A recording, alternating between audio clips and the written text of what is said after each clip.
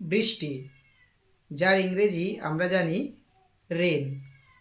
কিন্তু যখন বৃষ্টি বিভিন্ন রকম হয়, জোরে জোরে, গুঁড়ি গুঁড়ি, ঝিরিঝিরি, মুষলধারে, তারপরে রয়েছে খুব জোরে, ভারী বৃষ্টি, তো এগুলোকে আমরা ইংরেজিতে কি বলবো?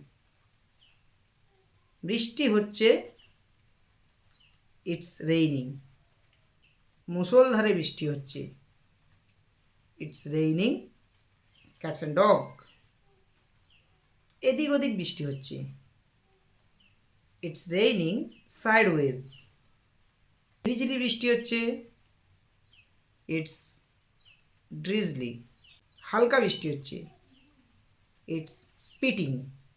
ভারী বৃষ্টি হচ্ছে, ইটস পোরিং। খুব জোরে বা প্রচুর জোরে বৃষ্টি হচ্ছে, ইটস বাকেটিং ডাউন।